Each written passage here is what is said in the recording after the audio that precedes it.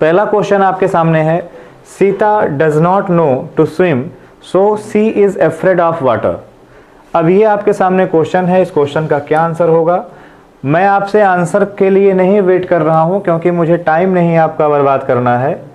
दोस्त आइए सीखते हैं कि आखिर सेंटेंस में गलती है या नहीं है, क्या अप्रोच लेके चलनी है। सीता की अगर हम बात कर लें तो सीता हमारा सब्जेक्ट है जो कि सिंगुलर सब्जेक्ट है। सीता हमारा सिंगुलर सब्जेक्ट है और सिंगुलर सब्जेक्ट के अकॉर्डिंग तो आपको पता है डज ही आने वाला है क्योंकि और कुछ आएगा नहीं। टेंस भी सही है क्योंकि आगे सारी बातें प्रेजेंट में ही कही जा रही हैं, तो टेंस भी यहाँ का ठीक है। अफ्रेड के साथ ऑफ आता है, अफ्रेड ऑफ वाटर यानी पानी का डर, वो भी ठीक है। कह रहा नॉट नो, नहीं जानती है। नो एक स्टेटिव वर्ब है, आपको पता होना चाहिए कि नो एक स्टेटिव वर्ब है जिसको हम लोग कॉन्टिन्यूअस में नहीं रखते। अगर मैं आपसे कभी कहूँ आई एम नोइंग यू तो सेंटेंस हमारा गलत हो जाएगा और उसके पीछे बड़ी छोटी सी वजह होगी कि आई एम नोइंग यू क्यों गलत है, क्योंकि मैं आपको दोस्त बता दूं नो एक स्टेटिव वर्ब है, ये सेंटेंस गलत हो जाएगा। सही होगा आई नो यू। ये सारी बातें आपको पता होनी चाहिए। अब मन में क्वेश्चन आएगा कि कौन कौन से स्टेटिव वर्ब्स होती हैं, तो उनकी लिस्ट आपके दिमाग में होनी चाहिए। सी है, हियर है, फील है, लव है, हेट है, स्मेल है, टेस्ट है, नो है, हैव है, पसेस है। ठीक है, ये इंपॉर्टेंट है, बाकी है तो बहुत सारी। अंडरस्टैंड आ गया उसी में, बिलीव आ गया उसी में, एडवाइस आ गया उसी में, बहुत सारी हैं, बट ये इंपॉर्टेंट है।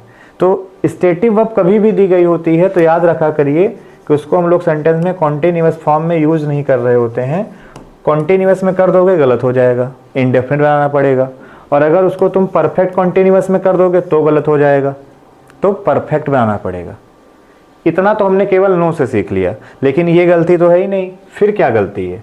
हालांकि मैं इसको भी डिटेल में ही आपको पढ़ा रहा हूँ, अगर आप समझने की कोशिश करें। फिर क्या गलती है?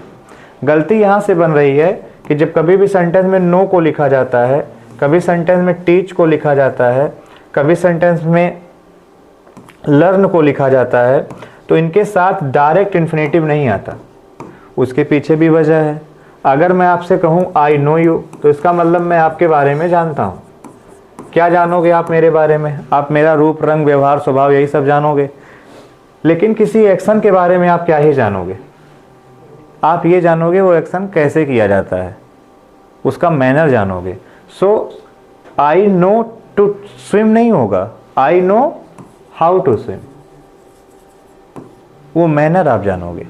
तो नो है, टीच है, लर्न है, ठीक है, इन सभी के साथ डायरेक्ट इन्फिनेटिव नहीं आता, बीच में कोई WH फैमिली का वर्ड आता है। जैसे हाउ लिख सकते हो आप वेयर लिख सकते हो, आप व्हेन लिख सकते हो, ठीक है, आप इस तरीके के वर्ड लिख सकते हो। लेकिन ध्यान रखिएगा कभी भी वाई के साथ इन्फिनेटिव नहीं आता।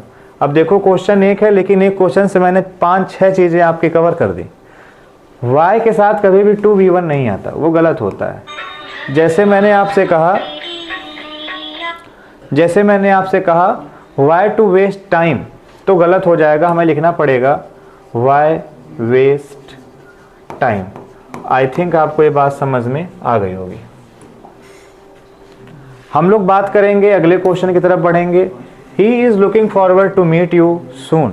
क्या गलती होने वाली है इसमें? तो आइए सीखते हैं। इस क्वेश्चन को भी बहुत प्लेन तरीके से सीखेंगे। और देखिए, he is looking forward to meet you soon, तो आपको ध्यान रखना होगा कि जब कभी भी सेंटेंस में लुक फॉरवर्ड टू इस्तेमाल किया जाता है, मैं लिख देता हूं पेपर में, बहुत ज़्यादा इंपॉर्टेंट एक्सप्रेशन है ये।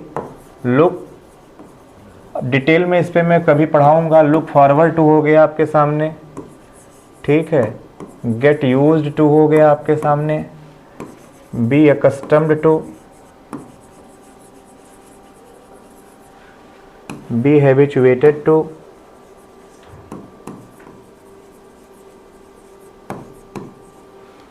ठीक है, एकिन टू,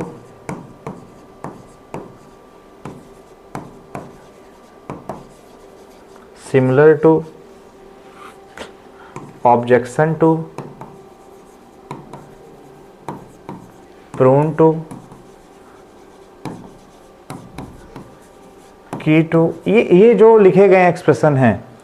अच्छा, अगर मैं आपसे कभी कहूँ कि I am fond of teaching, मैं पढ़ाने का शौकीन हूँ, तो आपको यहाँ से क्या सीखने को मिला? आपको ये सीखने को मिला कि ऑफ प्रीपोजिशन है और प्रीपोजिशन के साथ हमेशा जीरेंड आता है, यानी वर्ब की आईएनजी फॉर्म आती है।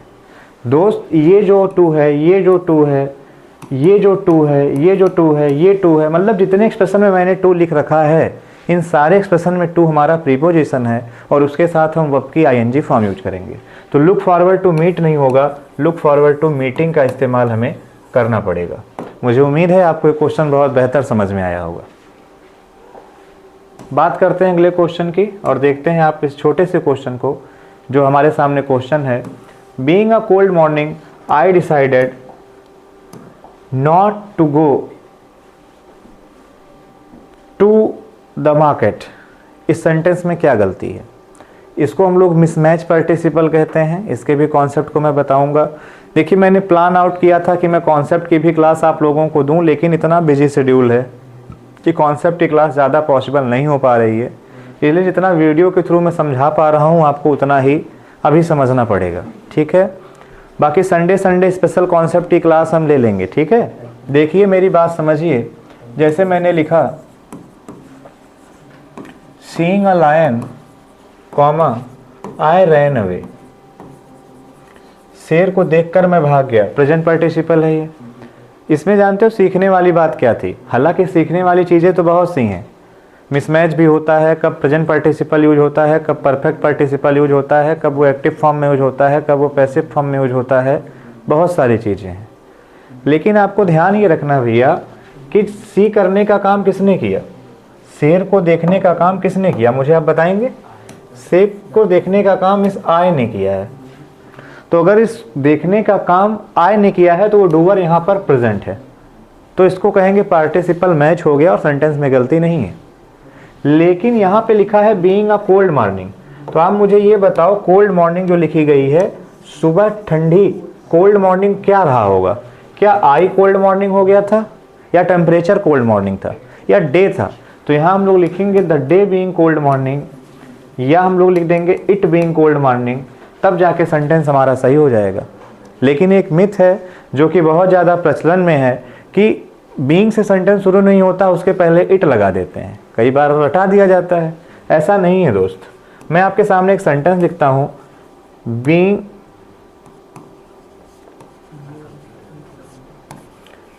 Very busy I could not go there.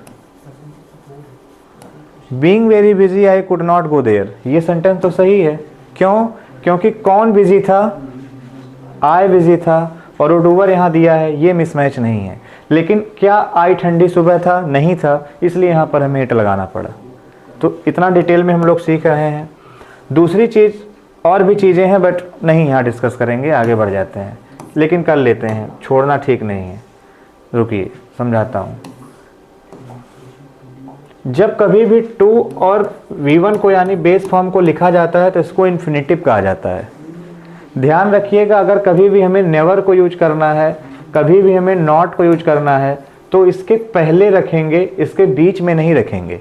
अगर यहाँ पे लिखा गया है I decided not to go, तो इसका मतलब मैंने डिसाइड किया ना जाने का। तो देखो, टू गो के पहले नॉट को रखा है, इसके बीच में रख देते तो गलत हो जाता।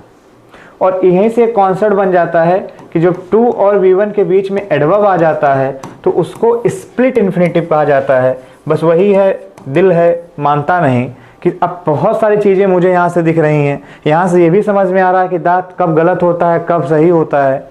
डिसाइडेड को नॉट क्यों नहीं किया, आ क्यों किया, कोल्ड क्यों किया, कूल क्यों नहीं किया, बीइंग क्यों किया, इट लगाया तो वाज क्यों नहीं लगाया। बहुत सारे डायमेंशन नज़र आ रहे हैं, लेकिन चूंकि सीरीज़ का नाम ही है फटाफट, तो मैं उतना ज़्यादा उस पर रुकना उचित नहीं समझूंगा। बात करेंगे हम लोग अगले क्वेश्चन की, क्वेश्चन नंबर 4 को देखेंगे और फिर से उसी पैटर्न का एक क्वेश्चन है समझने में। और मुझे पता है कि आप लोग इस सीरीज़ को एंजॉय कर रहे होंगे, और अगर आप इस सीरीज़ को एंजॉय नहीं कर रहे होंगे तो आप स्टूडेंट नहीं हो, आप कूड़ा हो, भाग जाओ। आइए, she being the best student in the class, Sita was chosen to participate in the competition. इसमें आप लोग क्या करोगे? She being the best student in the class, Sita was chosen to participate in the competition. तो मेरी बात आप समझिएगा, बीइंग जो हमारे सामने लिखा हुआ है आप प्यार से समझिएगा, being the best student in the class, कौन best student in the class है? सीता है। तो जब सीता वहां दिया गया है तो यहां दोबारा से सी लिखने की क्या जरूरत थी? वहां सी गलत हो गया। तो जो पिछला कॉन्सेप्ट सीखे थे उसी से ये भी हमने रिलेट कर दिया। एक अगले क्वेश्चन की तरफ देखो। अब देखो फिर बहुत सारी चीजें दिखने लगी, थोड़ा पढ़ लो। क्या पढ़ लो? एक बात बताओ, यहाँ पे सीता वाज चूजन क्यों हो गया? हमने तो पढ़ा वाज के साथ आईएनजी आता है, तो वाज चूजन कुछ नहीं है, वाज चूजन हमारा पैसिव है। क्यों वाज चूजन है? क्योंकि सीता ने चूज नहीं किया, सीता को चूज किया गया। तो इसका जब डूवर नहीं दिया गया है तो इसको हमने किस में बना दिया है? पैसिव में बना दिया गया है। ठीक है, एक 5 आखिरी क्वेश्चन देख लेते हैं, क्योंकि बहुत डिटेल में हम लोग चल रहे हैं तो 10 क्वेश्चन नहीं पॉसिबल हो पाएगा। 5 ही क्वेश्चन करते हैं, लेकिन हाँ 5 क्वेश्चन मत समझिएगा, यहाँ से 25 क्वेश्चन आप लोग सॉल्व करने की एबिलिटी लेकर के जाओगे। फटाफट नाम इसलिए है क्योंकि मैं आपसे कभी भी नहीं रुकूंगा कि आपका समय वेस्ट हो, लगातार मैं आपको पढ़ा रहा हूँ। He has no intention of to go that film because he could not bear to see his favorite actor in such a dreadful part। अब आपको मैं बताऊं, अभी मैंने कहा कि जब भी आप प्रीपोजिशन यूज करते हो तो प्रीपोजिशन के बाद जीरंड आता है, तो यहाँ पर हमें गोइंग का यूज करना पड़ेगा, टू गो का यूज नहीं करना पड़ेगा। दूसरी बात आपको ये समझनी है कि जब कभी भी हम लोग इंटेंशन को यूज करते हैं तो इंटेंशन के साथ ऑफ भी आता है और भी प्रीपोजिशंस आती हैं। और हमें समझना है यहाँ पर कि सच जब लिखा जाता है तो सच के बाद ए एंड जो भी लिखना है आता है, इसके पहले नहीं आता। तो कई सारे डायमेंशन यहाँ से भी मैंने टच किए, और भी चीज़ें हैं, लेकिन ठीक है आप यहीं तक ध्यान दें। तो आज की वीडियो में इतना ही। जय हिंद, टेक केयर।